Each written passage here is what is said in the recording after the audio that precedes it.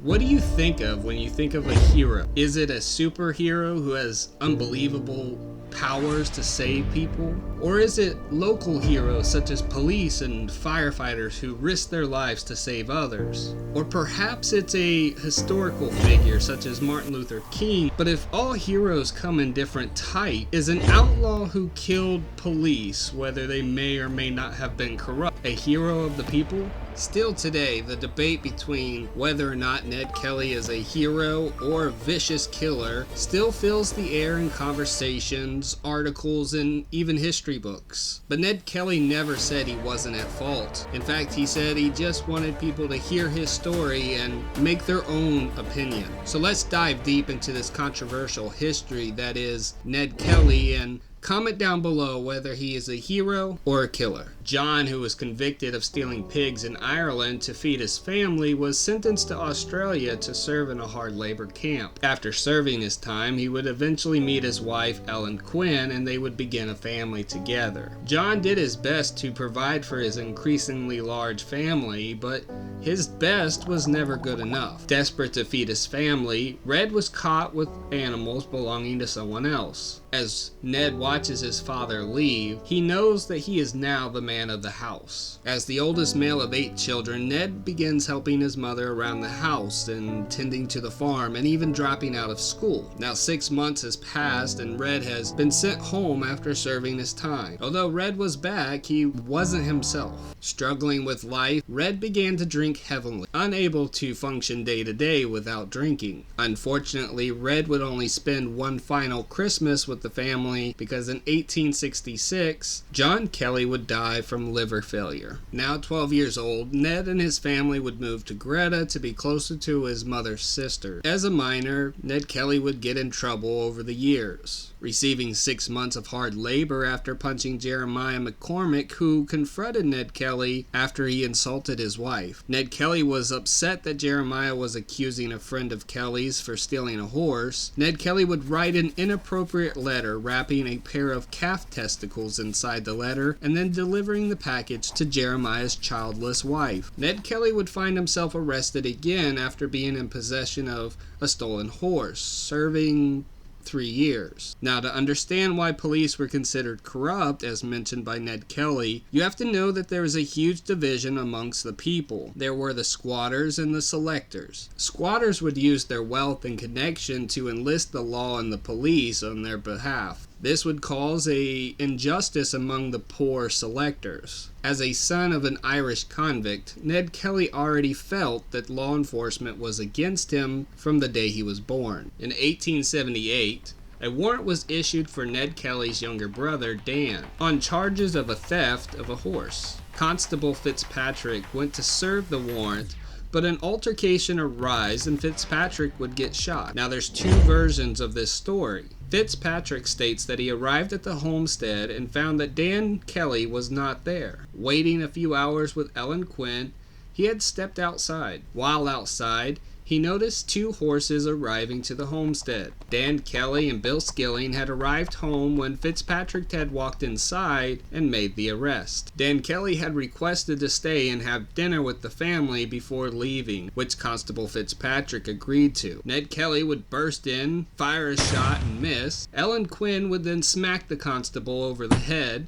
Ned and Fitzpatrick would continue to struggle when 2 more shots were fired and Fitzpatrick would be shot in the wrist. Then, threatening to kill Fitzpatrick if he was to mention anything that had happened, they released him. The Kelly family stated a completely different version. When Fitzpatrick had arrived, Ellen Quinn stated that she requested to see the warrant for Dan's arrest. Fitzpatrick stated that he had forgotten the warrant, which Mama Kelly basically said, "Dan's not leaving." Smelling of alcohol, Fitzpatrick would pull a revolver and threaten Ellen Quinn if she was to get involved, distracting Fitzpatrick by stating that he saw Ned Kelly approaching just outside the house. While Fitzpatrick was looking outside the window, Dan would then disarm Fitzpatrick and send him on his way unharmed, suggesting that any wounds would have been self-inflicted. Now, once Fitzpatrick had made his report, they would send 20 officers to arrest the Kelly family for attempted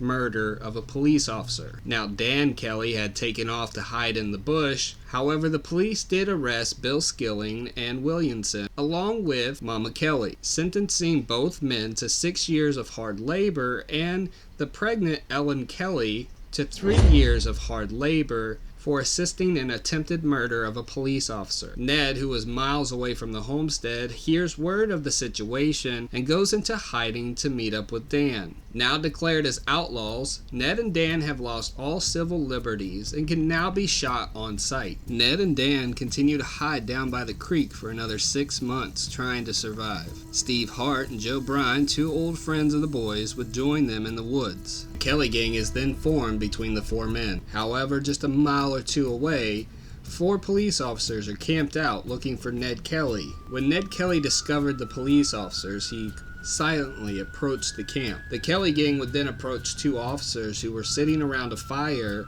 and demand that they would surrender. One of those officers would reach for his gun and get shot. When the other 2 officers returned from their search, they were forced to surrender. They also grabbed at their guns, and the Kelly gang would then shoot and kill them. The one officer who was still alive escaped by running off. Ned Kelly would later state that he had no choice but to kill these police officers because they were well armed, and one of the horses was carrying leather straps that was commonly known for lashing people. Now, with the death of the police at Stringy Bark Creek, police were given emergency power to enter in the premises and, without warrant, arrest anyone who was involved in the killings. This would lead to innocent people being arrested and even held for weeks. The public was no longer supportive of the police, and resentment began to build. With an uprise of civilians being upset with the police, Ned decided that funds needed to be raised to give to the sympathizers who may need bail money. Headed into town, the Kelly gang would then rob 2 banks at 2 different towns without ever firing a single shot. Then, distributing the money amongst the sympathizers, the Kelly gang would then go back into hiding. Many people suspected that the 4 men had actually escaped the country.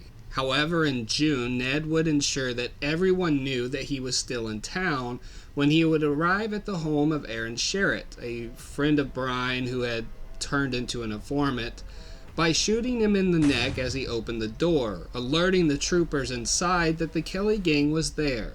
Assuming that the troopers would call reinforcements who would come rushing by train, Ned then derailed the train, armed sympathizers, and took hostages at the Glen Rowan Inn. Ned's plan had not actually gone to plan. The troopers who were supposed to alert the police actually hid under the bed until Sunday afternoon. When they did telegraph the police, it had already been a while, and the Kelly gang had begun drinking, singing, and even befriending the hostages. One of these hostages had gained the trust of Ned and was even allowed to go free. Now, that same hostage would be the same one that prevented the locomotive from crossing over the damaged tracks. Realizing that the plan was no longer going the way it should have, the sympathizers actually refused to bear arms and decided they didn't want to fight anymore. Rather than giving up, the Kelly gang retreated to the hotel.